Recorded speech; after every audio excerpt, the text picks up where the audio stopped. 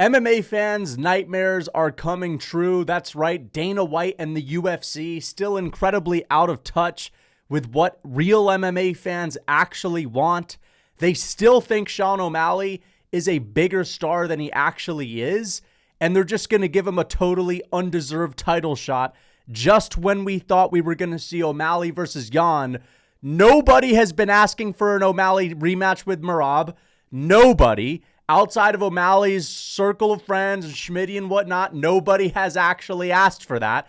Dana White is gaslighting people into thinking that actually, no, the people want to see it. I think people want to see it. I also have to say this. Dan Hooker is out of his fight with Justin Gaethje. The second best fight on UFC 313 fell off, unfortunately, and we're going to talk about who they can replace Dan Hooker with.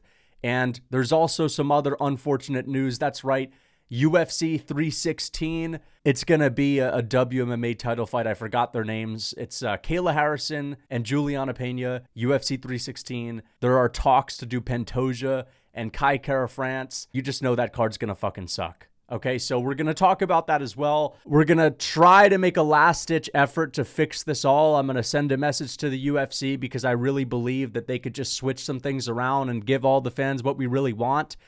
But let's actually hear what Dana White has to say about O'Malley first. Then we'll get into the Justin Gaethje stuff. In terms of the bantamweight division, Sean O'Malley looking likely to rematch Merab, right? And we just got the Sandhagen announcement too. I'm kind of curious how that matchmaking came to be. Was the idea always... Again, I don't think the O'Malley one is official yet, right? But we're leaning towards that. How did we get there with so many different options, I think, for Sean O'Malley? And that's the thing. Before we get to Dana White's answer, there are so many options for Sean O'Malley, right? You had the Corey Sandhagen fight, which MMA fans have been asking for ages. He also mentions Aldo. By the way, Aldo was just booked to fight Ayman Zahabi. I mean, MMA fans have been complaining about Aldo fighting these up-and-comers that haven't done anything in the sport. And it's like, okay, maybe he had to do it once, but why do they keep getting progressively less popular and less hype and less deserving? I mean, Ayman Zahabi, the only reason he's ranked is because he beat Javid Basharat. I mean, what does Aldo have to do in order to be able to fight another UFC vet or legend? Like a Dominic Cruz, a Figueiredo, a Sandhagen. Why are they giving him these people that are, they get progressively less and less popular? You know what I mean? And let's bring it back to Sean O'Malley. You had the frickin' Sandhagen fight, right? You even had an Umar Nurmagomedov fight. And you had a Petr Yan rematch. Why are we in a rush to make Sean O'Malley versus Merab? Merab has been so active. He defended at the Sphere, or he took the belt at the Sphere, and he just fought in the first month of the year against Umar Nurmagomedov in a war. Like, this guy doesn't need to be rushed back in the cage. And, the only good title fight that you could make soon for Merab would be a Pantoja fight. All the other MMA YouTubers are calling for a Pantoja fight. MMA Guru's calling for a Pantoja fight. I think the Weasel, he's been complaining about this as well. If you saw the Weasel's video on Sean O'Malley getting a title fight. And again, we're going to talk about the star power of O'Malley because it's really not there. But why are we doing Merab versus Sean O'Malley? Nobody is asking for it. And the first fight sucked. I just don't understand it. Like, they're that desperate to get Sean O'Malley the belt. But again, it's like, this isn't a McGregor, man. I don't even think Sean O'Malley is the top 10 star in the sport. I don't think he is at all. You have Alex Pereira, you have Adesanya, you have Volkanovski, Ilia Topuria, Islam Makhachev, maybe Dustin Poirier, Charles Oliveira. And I really think he had more hype like when he was on the come up. Of course, he's still a big name in the sport. Of course, we all like watching Sean O'Malley fights. They're entertaining. But he's not a big star. Nobody's asking for it at all. And look at what Dana White says. We could have done maybe an Aldo possibility. There's, especially with him, so many options. How did the bantamweight division shake? They want to fight each other. I think people want to see it. They want to fight each other. And I think the people want to see it. I think that he actually believes this, though. Like, he's actually delusional. He thinks that, like, the MMA fan base is clamoring for O'Malley. He really does. Because the MMA fan base to him, like, Dana White doesn't actually really interact with any fans. He'll hang out with the Nelk boys at a UFC event, you know, they'll be backstage or, you know, in one of the booths, they'll be eating like food or whatever. And in between the fights, they'll be like, hey, man, bring O'Malley back for the title. I want to see O'Malley for the title, man. Because they're friends with O'Malley. And Dana's like, man, these MMA fans won't get off my back about the Sean O'Malley fight. They won't get off my back. And, you know, when Dana White smiles, he's thinking about like 5 of the Nelk boys just, you know, mentioning, yeah, maybe we could see O'Malley fight again. That's what he means by the MMA fans, not the millions of MMA fans that don't actually want to see that fight. It doesn't make sense. And again, they're booking Kai Kara-France versus Pantoja. Now, Kara-France, all right, he kind of deserves it. He's been at the top of the division for a while. But again, they really keep fucking up the matchmaking at flyweight. The real hype fight is Kai Kara-France versus Manel Kape. That's the fight that we actually want to see. The winner of that should then fight Pantoja. But also, I believe the biggest fight you could make right now at flyweight or with the flyweight champion Pantoja is actually against Merab. And I think more MMA fans would want to see Merab versus Pantoja.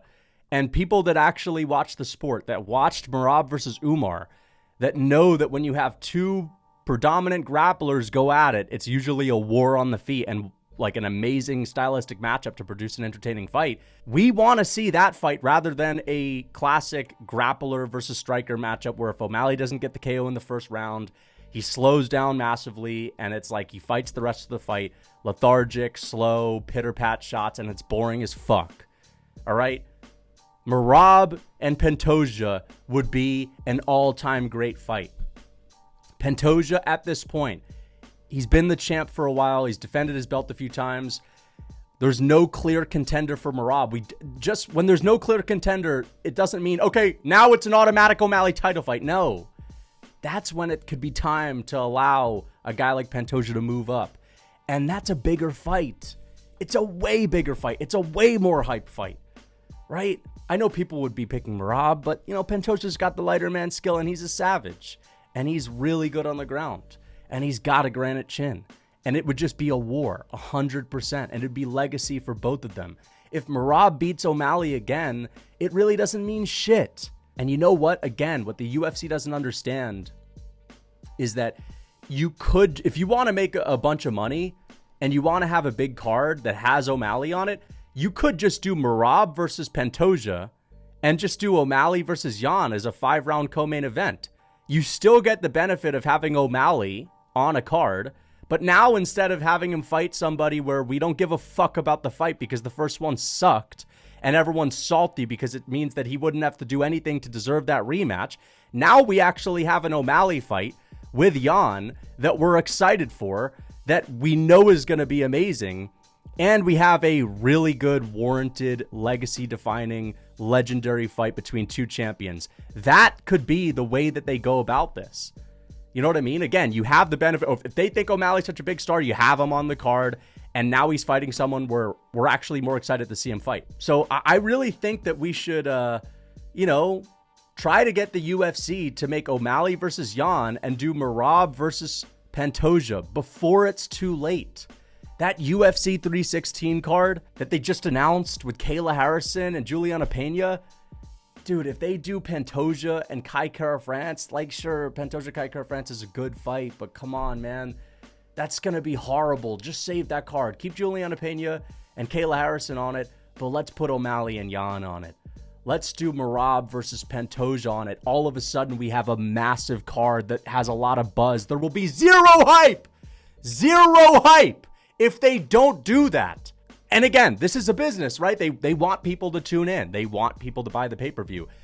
You can either make a card that nobody gives a single shit about, or you can make a card that has a ton of buzz.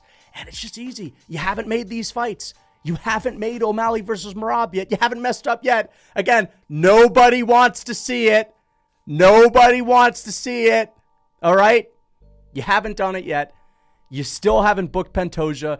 You have Merab. You have Pantoja. Right? I said give Merab some time off, but UFC 316, that's in a few months. That's going to be a good amount of time for Merab to have off. And Pantoja, again, he'll have some time off because he fought in December. Tell Pantoja right now, start bulking up. All right, let's make this fight. And UFC fans watching this video, Like, let the UFC know that we don't want this, man. We want O'Malley to fight. I love watching O'Malley fights, but him fighting for a belt against Merab, it's not the right move. It's not as hype, okay? More eyes will be on an O'Malley versus Yan fight. 5-round co-main event or 5-round feature fight below Kayla Harrison and Juliana Pena. And then do Merab versus Pantoja. I need to hammer that home because this is possible. And if there's anyone that's working in the UFC, part of the UFC brass, and you're listening to this video, if you make these fights, the fans will go crazy.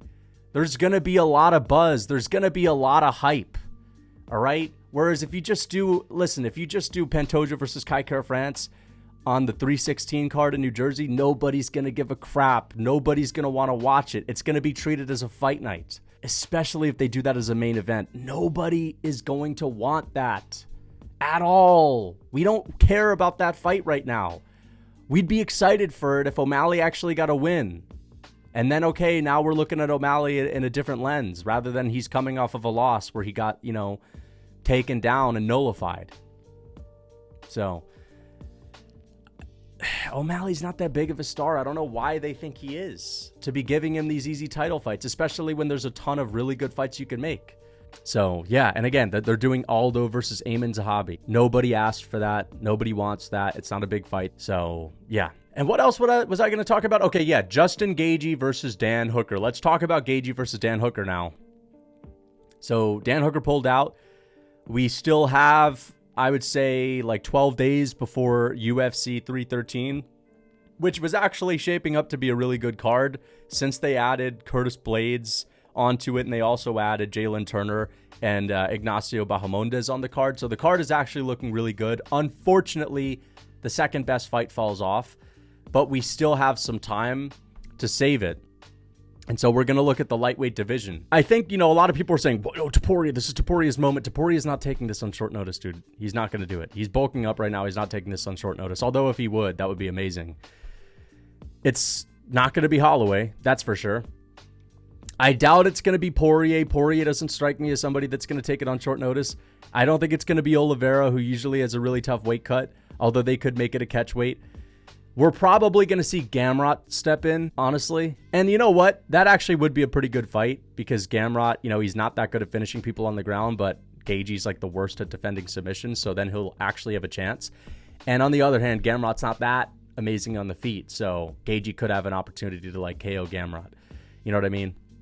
So, yeah, or Gaethje again, because Gamrot can't really finish people on the ground. Maybe we could actually see Gaethje finally get out of some bad positions on the ground. I actually think that could be one of the best options. Some people are saying Moicano, but we just saw Moicano fight Islam Makhachev. Fair enough, he didn't take any damage, and that actually could be a decent option. That could be decent, but the more I think about it, I actually think Gamrot would be the best fight. I know people look at Gamrot as like a bit of a boring fighter, and he certainly is when he's smudging people against the fence, but his last fight against Dan Hooker was an amazing fight. It was a war. It was a really good fight. Gamrot has been in entertaining fights before, and I just know that a Gaethje fight would be entertaining. It just would. Because I don't see Gaethje being smudged. Gaethje, although he gets submitted easily, he will not be smudged against the fence. He has too much, of that kinetic energy where he can explode, and if this guy's breaking down, walls in the mines, he's not going to be smudged against the fence. He's just too explosive for that. Rafael Fiziev, it's a rematch I don't really want to see. Not that the first fight wasn't good, but, I want to see Fiziev with the full training camp coming off of this injury that he had.